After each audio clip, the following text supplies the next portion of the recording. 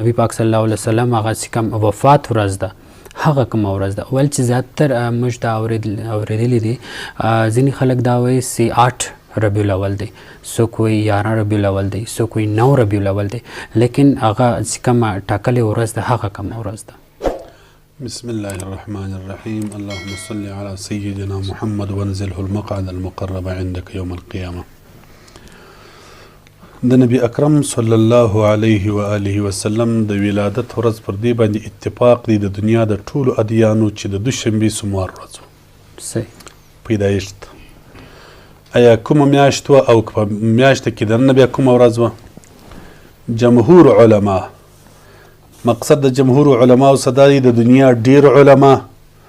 او صحیح روایت چې امام حکیم په خپل کتاب مستدرک کې نقل کړی دی سند باندې جرح هم نسته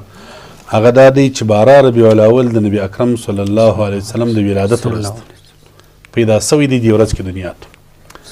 علما اقوال کې لري بعض تاریخو کې 8 لیکل سوي بعضو کې 9 لیکل سوي بعضو کې 1 لیکل سوي. یو عالم تیر سوی دی د امام ابو حنیفه رحمه الله په مذهب کې په مصر کې تیر سوی دی اصلا د عالم ترکی عالم دی د مولانا محمد زاهد کوثری رحمه الله په نامه باندې. هغه عالم محمد زاهد کوثری صاحب مبارک خپل مقالات کې د دې خبرې ښه تطبیق دا کړی دی د ولادت ورځ یادوم ابلا خبره مې کول. هغه کوم علما چې وایي چې 1 ربیع الاول دی 2 ربیع الاول دی 8 ربیع الاول دی 9 ربیع الاول دی 11 ربیع الاول دی 12 ربیع الاول دی. د 12 ربیع الاول څخه بعد کې هیڅ چا هم په صحیح سند ثابت قول نه دی ثابت کړی چې دینه ما بعد کې پیدا شوی دی. اخري قول چې دی هغه د 12 ربیع الاول دی. نو ځکه مسلمانان 12 ربیع الاول مانځي که په 8 ربیع الاول وي خو هم 12 ربیع الاول کې دنیا کې موجود و که 9 ربیع الاول باندې پیدا شوی هم پر 12 ربیع الاول موجود و که پر 1 ربیع الاول پیدا شوی هم پر 12 ربیع الاول موجود و. 12 ربیع الاول اخري قول دی ځکه مسلمانان 12 ربیع الاول وایي چې بس دا ورځ کې یقیني موجود و دنیا کې نو دې ورځ د ولادت ورځ ده. کم چې د وفات د رحلت ورځ د دنیا څخه هغه رحلت کړی دی حبیب صلی الله علیه وسلم دې کې بیا علما اقوال لري. زموږ بعضې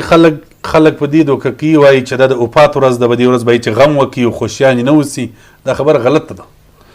بلکې صحیح قول دا دی صحیح سند په 2 حدیثو ثابت دی. امام ابن کثیر دمشقي رحمه الله د سیرت په باب باندې د تاریخ په باب باندې په دنیا کې په احادیثو ثابت تاریخ د حضرت آدم علیه السلام د انسانیت تاریخ یې را شروع کړی دی بیا د خپل د زمانې پورې هغه د امام ابن کثیر دمشقي کتاب دی البدایه والنهایه په نامه باندې. امام ابن کثیر دمشقي په 2 صحیح حدیثو دا ثابتوي چې د رسول الله صلی مبارک وفات رحلت د سموار په ورځ باندې د ربیع الاول په میاشت کې په 2م تاریخ باندې و تاریخ 2م د ربیع الاول وفات چې او ورځ د دوشنبې وه او 12 ربیع الاول د میاشت د ربیع الاول وه. وجه دا ده پر دې اتفاق دی په دنیا کې د ټولو علماو چې نبی اکرم صلی الله علیه وسلم آخري کال چې رحلت کوي وفات کېدی په دا کال باندې حج وکړي. در دې مخکې نبی علیه السلام فرضي حج نه دی کړی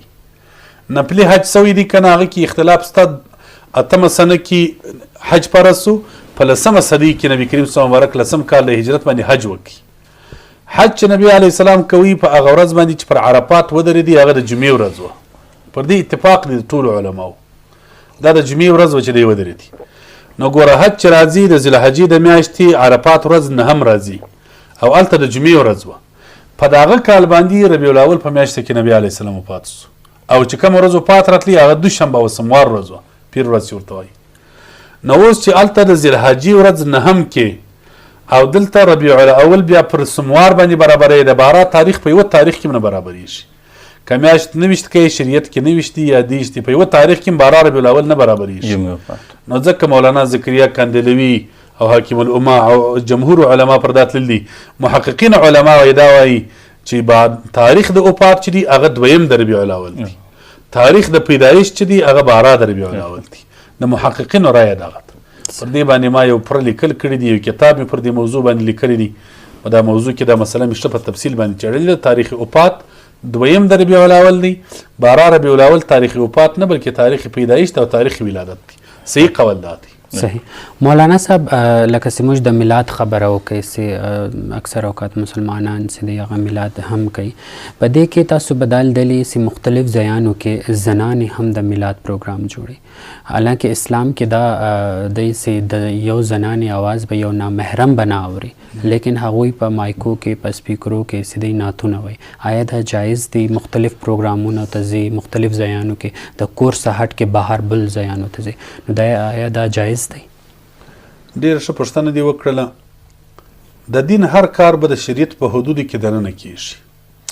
که د شریعت تر حدودو تجاوز پکې اوسو یو سړی په عام بازار کې ګناه کوي یو سړی بیا د دین په محفل کې ګناه کوي د دې ګناه بیا ډېره ده دراغه بشک محافل د میلاد النبي مبارک نارینه او زنانه دواړه جوړولی سي خو خلط به نه وي ګډوالي به نه وي که چیرې زنانه وي د نارینه او محافلو ته راوځي د میلاد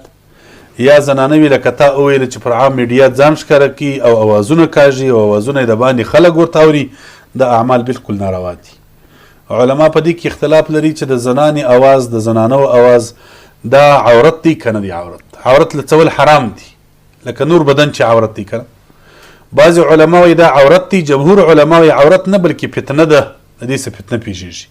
زنانه به اواز د باندې نه باسي د زنانې اواز ته بل څوک غوږ نه نیسي زنانه به په لوړ اواز د نامحرم سړي سره خبرې نه کوي نو کم د میلاد محافلو ته چې زنانه وي راوځي یا زنانه وي د باندې راوځي یا هغه نعتونه وایي یا خلکو باندې غږ اوري دا اعمال بیا روا نه دي دا ناروا اعمال دي بیا په محفل د میلاد کې چې د مبارک محافل دي په داسې شانو کې بیا د داسې ناروا اعمالو څخه ځان ساتل ضروري وي دپاره د دې چې هغه زموږ ښه شرعي لارې دیني لارې هغه بیا پر ناروا باندې ولاړ نه سي هر کار باید چې د اسلام په چوکاټ کې داخل وکړو صحیح ده مولانا صاحب میلاد مناول په خاص